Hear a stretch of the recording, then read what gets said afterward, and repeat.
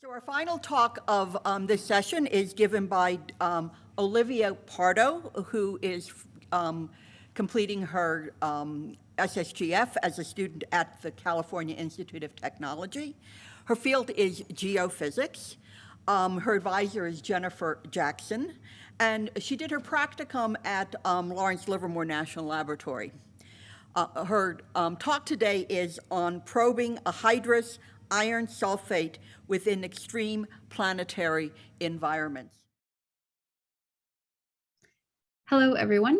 Firstly, thank you for accommodating this remote presentation. My name is Olivia Pardo, and I'm a fifth-year PhD student in the Seismo Lab at Caltech. My research generally falls within studying materials under extreme conditions and has included work in the shockwave lab at Caltech, performing experiments using the two-stage light gas gun.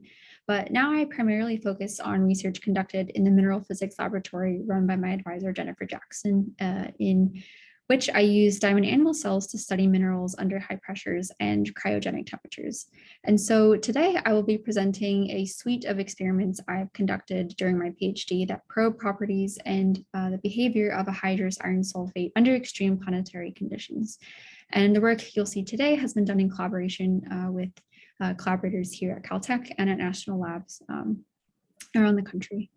So to begin, I'd like to briefly discuss the planetary environments in which we find hydrogen sulfates and the motivation behind the particular chemical composition of the mineral that I focus on. I'll briefly describe the questions we want to answer in regards to these planetary environments and what experimental techniques I have utilized before getting into the results of these experiments at high pressures and low temperatures. And finally, in place of questions, I just wanted to highlight some of my experiences as an SSGF fellow. So on Earth, the primary mechanism for sulfur transport into the mantle is subducting slabs, where sulfur along with volatiles like water are retained within the slab as it descends and interacts with the surrounding mantle. And as the slab begins to descend and dehydrates, these oxidized sulfates and fluids are released, which oxidizes the surrounding mantle. However, we don't know exactly how much of this oxidized sulfur is retained at depth, and for hydrated sulfur-bearing phases, the retention of water within the crystal structures at pressure is also not fully understood. Moving off of Earth, hydrated sulfates have been identified on the surface of Mars. Here on the right is a map of the Ophir-Chasma region on Mars, which is part of a large canyon system. And this box is highlighting a region in which this study has identified hydrous sulfate sediment layers a few hundred meters thick, including simolnukite and kieserite. And so these two minerals form a solid solution with each other and can easily incorporate iron and magnesium. And while hydrated sulfates have become important in discussing current and past hydrological conditions on Mars, it's also been proposed that sulfur might currently be a larger constituent in the Martian mantle compared to Earth. And so these hydrous sulfur-bearing phases could play a larger role at depth.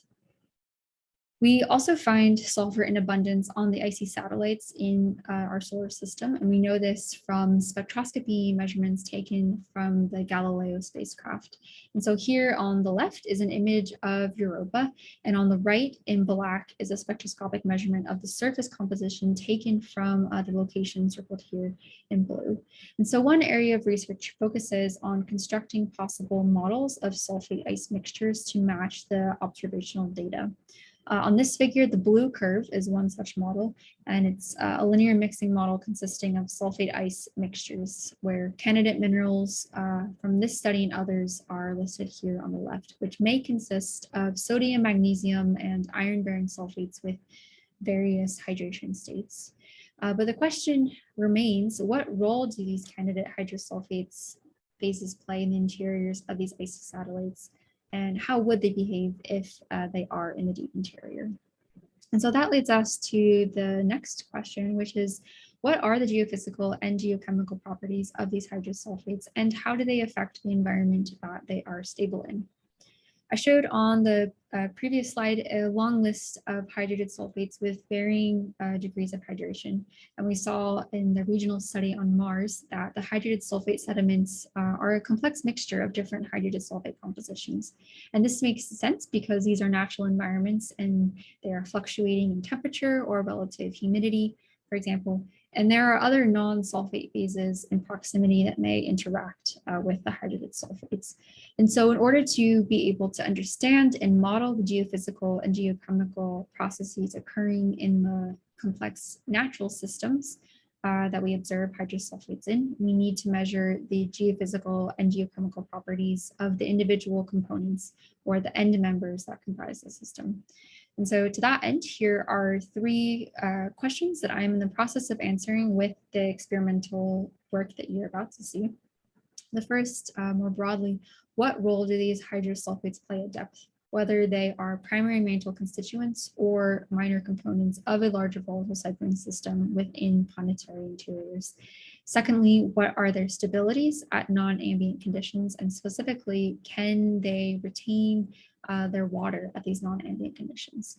And finally, how does iron specifically affect the properties of hydrated sulfates? And so to best answer this question, we have chosen to study the monohydrated iron sulfate end member, simonite. So many people in my department use selectivity of seismic waves to understand the structure of the Earth. Mineral physicists like myself use a similar selectivity with electromagnetic waves to understand the material structure that the photons are interacting with. For example, certain wavelengths can provide information about relatively large-scale crystallographic structures, and then on the other end, certain wavelengths can provide information about the smaller scale electronic environments of individual atoms. And so today I will show a highlight of results from several different types of experiments performed on the iron end member simonite, a natural sample, which is pictured here. And these experiments have been done at a combination of high pressures in the diamond angle cell.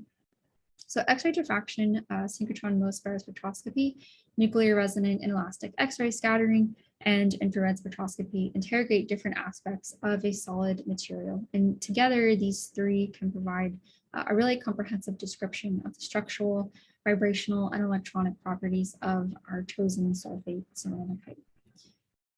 So we performed these experiments at high pressures, and in particular, the infrared spectroscopy measurements were performed at high pressures and low temperatures, most relevant to the icy worlds in our solar system and beyond. And so I'll begin with discussing the X-ray diffraction results. In order to achieve high pressures, we use diamond angle cells, like I mentioned, symmetric diamond angle cells pictured here on the left. And these are small devices in which two diamond anvils are used to compress a sample which is contained in a metal gasket between the diamonds. The diamonds are transparent, which allows X-rays to pass through, interact with the sample, and be diffracted by the crystal structure before traveling onwards towards a detector, in which we can measure an X-ray diffraction pattern like the one pictured here. In our X-ray diffraction experiments, our sample chamber contains synthetic powdered simonite enriched in iron-57, which is important for the later experiments. And it also included a tungsten pressure gauge, which was used to determine the pressure in situ inside the sample chamber. And these experiments were performed at the Advanced Light Source at Lawrence Berkeley National Laboratory up to pressures of 83 GPa. And so within this pressure range, we find two structural phase transitions occurring below 20 GPa. The full details of this slide and the next are discussed in my recently accepted paper with my co-authors listed here. And so the low pressure monoclinic to triclinic transition, or the alpha to beta transition, was previously identified a few years ago. But the high pressure triclinic to monoclinic, or beta to gamma transition observed in our work is new. So shown here are three select diffraction patterns for the ambient pressure phase at the bottom. The first identified triclinic phase in the middle, which is characterized by a splitting of peaks. For example, for this cluster of peaks here, it was previously fit using only two reflections, but once the phase transition occurs, multiple reflections are needed to fit the data. And finally, at the top is the first identified high pressure gamma phase pattern. So this transition is marked by the distinct appearance of two new clusters of peaks, notably here and here. And so from this X-ray diffraction data, we can calculate volume as a function of pressure, which we can then fit with an equation of state and get parameters such as the density and the bulk modulus as a function of pressure. And so on these two plots, I'm plotting the results from our new Simulnikite data in the blues and purples, and results from refitting previously published data for two other Hydrous-Sulfate compositions, kieserite, the magnesium end member of the kieserite Simulnikite solid solution, and bluedite, the sodium-bearing hydrogen sulfate. And so even though Simulnikite is much higher in density compared to kieserite, we find that at this alpha to beta transition, Simulnikite's bulk modulus, which is the incompressibility of a material, drops. And this is indicative of elastic softening. And so even though Simulnikite has significantly higher density at this pressure, at these mid pressures, it has approximately the same bulk modulus as kieserite, while bluedite remains lower at all pressures studied here. And so this softening may be analogous to the transition undergone by stishovite, SiO2, to the calcium chloride type structure, in which stishovite's bulk modulus drops, similar to Simulnikite, and is accompanied by a very broad softening over many gigapascals. And so information from the experiments I'll talk about next can help determine the exact nature of this softening in Simulnikite. And we'll do this by examining the lattice dynamics at high pressure using nuclear resonant spectroscopy. So in particular, we are using nuclear resonant inelastic X-ray scattering, or NRIX, and synchrotron millisievert spectroscopy, or SMS. And so both of these techniques, we use a tunable X-ray source available at sector 3 at the advanced photon source to achieve resonance with iron-57 atoms within our Simulnikite sample, which are then excited to higher energy states. And the NRIX technique focuses on these energy transitions associated with nuclear resonance and lattice vibrations on the milli eV scale, while the synchrotron millisievert spectroscopy, the SMS measurements, focuses on transitions associated with nuclear resonance and the splitting of these nuclear energy levels on a micro eV scale. And so these two types of transitions emit associated detectable photons, which we can discriminate between and measure at high pressure using a panoramic diamond cell pictured here. And so in these experiments, we have enclosed our Simulnikite sample in a beryllium gasket, as well as an boron epoxy insert to strengthen the gasket material. And we have used two Woolley spheres for in situ pressure determination. And so from the NRIX spectra, we can extract a partial phonon density of states, shown here as a function of pressure from 1 bar at the bottom up to 400 GPa at the top. And so the phonon density of states shows the number of vibrational modes per unit energy associated with the iron vibrations. And so from this, we can determine parameters such as the mean force constant, plotted here as a function of pressure. And the mean force constant is a measure of the average force holding the iron-57 atoms in place within the crystal lattice. And we can see that up until the low pressure alpha to beta transition that we observed with X-ray diffraction, the mean force constant is increasing. But just after this transition, it either plateaus or even decreases and may remain at this lower value into the beta to gamma transition. And this is interesting because our equation of state fits demonstrated that the bulk modulus of Simulnikite drops after this alpha to beta transition, but this did not necessarily mean that the mean force constant would be affected. And so therefore, in combination with the behavior of the mean force constant and the drop in the bulk modulus, there is a strong possibility of a broad crystal lattice softening, or at least a plateau across this wide pressure interval. The most of our data shown here on the left is a function of pressure from 1 bar up to the highest pressure at the top. The structure of the data in black and the fitted model in green is determined by the hyperfine parameters, such as the isomer shift and the quadruple splitting. And these parameters are describing the electronic environment of the iron-57 atoms sitting within these blue octahedral sites shown here for the Simulnikite structure. And so the quadruple splitting, shown here as a function of pressure, is a measure of the distortion of the electric field gradient around the iron atoms. And so with increasing pressure, we might expect that the octahedra will distort and cause an increase in these quadruple splitting values. We find that at ambient pressure, up until the alpha to beta transition, two distinct iron sites are needed to fit the data, while after the transition, 4 are needed. And so this, combined with the general increase in values, suggests a decrease in symmetry in the iron 2+ coordination environment with increasing pressure and with the structural phase transition. And so the results of this SMS data and the NRIX data experiments are the focus on a manuscript in preparation that I aim to publish soon with the full details of everything I'm showing here and more. So we know that simulonite undergoes 2 distinct structural phase transitions, and one of our key motivations is to assess simulonite's ability to retain water within the evolving crystal structure at pressure. And so to answer this, we can use infrared spectroscopy, which measures properties of the molecular vibrations within a material. And this includes vibrations of water and can reflect changes in the crystal structure. So during an infrared spectroscopy experiment, infrared light is absorbed by a molecule when the energy of the incident light is equal to the differences in vibrational energy levels within the molecule that is either stretching or bending, for example. And as the larger crystal structure, larger scale crystal structure changes, the characteristic frequencies of these bonds can change and are measured by our data. And so these experiments were done at NSLS2 at Brookhaven National Laboratory at a combination of high pressure and low temperatures. Okay, so our experiments set out to answer how these bonding environments change under conditions, specifically for icy satellite interiors at high pressures and low temperatures.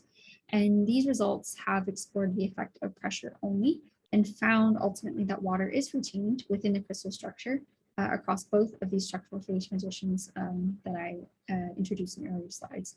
So here on the left is a series of infrared spectra taken upon compression from ambient pressure at the bottom up to 24 GPa at the top. And on the right are 4 decompression spectra back down to 0 GPa or ambient pressure.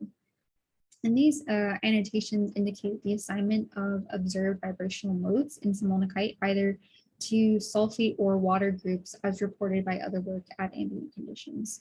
So with compression, the main feature I want to point out is this movement of these water modes towards lower wave numbers. And this is actually a result of the distance between this hydrogen atom and this oxygen atom decreasing, which causes their coordination to increase. And this is indicative of increased hydrogen coordination within the crystal structure as a whole. And so based on this behavior, simulonite is retaining its water at high pressures. Secondly, upon decompression, the vibrational modes return to the same wave number position that they were at before compression. And so with our X-ray diffraction results, we know that we've undergone 2 structural transitions across this pressure range. And so this behavior of the decompression data indicates that the changes in the crystal structure due to these transitions are reversible. And this is important when we are considering volatile cycling in a natural environment in which a hydrated sulfate could retain its water upon descent into a mantle, for example, and then even upon cycling back up to the surface of a planetary body. So what about low temperature? This is showing select spectra from our experiment in which we cooled a sample of simulonite down to 20 Kelvin, and that spectrum is shown in the dark purple here, and then back up to ambient temperature, 300 Kelvin in the blue spectrum. The sample spectrum pre-cooling is shown here in the light purple. Below, I'm again plotting the assigned modes at ambient conditions from previous measurements. And we see that the positions of the features return to the same positions pre-cooling, which indicates that any changes occurring within the crystal structure from 300 to 20 Kelvin are reversible. And this is of interest when we think of daily temperature cycles on the surface of cooler planetary bodies like Mars and the icy moons. So finally, for high pressure and low temperature. Shown in this figure are two temperature series at high pressure, one at 100 Kelvin in dark purple up to 8 GPa, and one at 200 Kelvin in light purple up to 6 GPa. And so here I've indicated pressure at which the alpha to beta transition occurs at ambient conditions. But we notice a distinct broadening of the water modes between 2 and 4 GPa for 100 Kelvin, which could indicate that the alpha to beta transition is occurring at lower pressures when the sample is at lower temperatures. And so this would imply that the Clapeyron slope of this alpha to beta transition is positive. And this may enhance subduction of this material, since lower temperature could cause the transition to the denser beta phase to occur at shallower depths. And so this could invigorate convection. But this is a really complex process to parse out because the softening of the lattice that I referenced in the X-ray diffraction and the NRIX work could complicate this. So to summarize the results I have presented today, our X-ray diffraction results at high pressure have revealed two structural phase transitions, including a new high pressure phase of simulonite. And we notice a softening of the crystal lattice and increase in iron-site distortion near the alpha to beta transition. And our infrared spectroscopy results at high pressure and low temperature indicate retention of water all the way into the new high pressure gamma phase. And we've begun work on other sulfate compositions, including a mixed valence hydrous sulfate room rate. So this is the picture I showed at the beginning of the talk of a natural simulonite sample. And just here, just pictured out of sight, is room rate. And so these two are found naturally occurring adjacent to each other. And so last summer, I mentored an undergraduate student, Nina Gilkison, who was visiting Caltech as a WAVE fellow from Mount Holyoke and is now starting her PhD at Brown in the fall. And so we performed cryogenic X-ray diffraction and infrared spectroscopy experiments on room rate. And so Nina's summer project analyzed this data, and she was able to determine thermal expansion coefficients for room rate. The crystal structure we determined is pictured here. And we are still collaborating to collect more data on room rate and compare the results with the simulonite data set. So this is the scope of the entire project. Today, I highlighted a few results from our X-ray diffraction, nuclear resonance spectroscopy, and infrared spectroscopy experiments on simulonite. And I just briefly mentioned how this project is expanding to explore other hydrosulfate compositions such as room rate, and expanding this data set and utilizing all of these techniques, we can form a more accurate model of the complex natural systems that we find these hydrogen sulfates in. And so in the last few minutes, in place of questions, I just wanted to speak a bit about my time as an SSGF fellow. Firstly, I of course want to thank the DOE's NNSA and the Krell Institute for fully funding me the last 4 years. It has given me the freedom to explore all of these avenues of experimental techniques that I showed today outside of the specific proposal. And so over the last 4 years, between the annual meetings, the stewardship science magazines, and the yearly research reports, the fellowship has really provided a space to think more clearly about my research and meet scientists in fields outside of my degree in a non-university setting. So this is a photo of my SSGF cohort from my first annual meeting in 2018 as an incoming fellow. Because of this fellowship, I was able to visit, most recently, take a tour of Sandia National Laboratory for the first time. And during this first meeting in 2018, I visited Lawrence Livermore for the first time. So Rick Krause was a great practicum coordinator with the fellowship. And during this 2018 visit, he introduced me to the high pressure physics group at Livermore that I wound up doing a practicum with in 2019. And I worked with some fantastic mentors and really appreciated interacting with the Livermore postdocs and staff and really getting a perspective of what it was like to work at the lab. My practicum project extended my work with diamond anvil cells to using a dynamic diamond anvil cell, which I had not worked with before. So a dynamic diamond anvil cell is pictured here on the left. And my project focused on the dynamic compression behavior of silicon as a function of compression and decompression rates. I remain as an academic cooperation partner with Livermore and just recently published a paper with Earl and others at the lab in which we report high pressure equations of state on praseodymium. And my contributions to this work focused mainly on extracting information about this Y coordinate from the diffraction data. And this is, the Y coordinate describes positions of the atoms within the crystal structure. And so here the Y coordinate values are in black, compared with theory predicted values in white, and then we compare values for uranium in red. And so for more details for this paper, please check out the paper listed here. So with that, I will end back on this slide. If you have any questions or comments, please reach out to me by my email here. I would be happy to respond to any of your feedback. So thank you.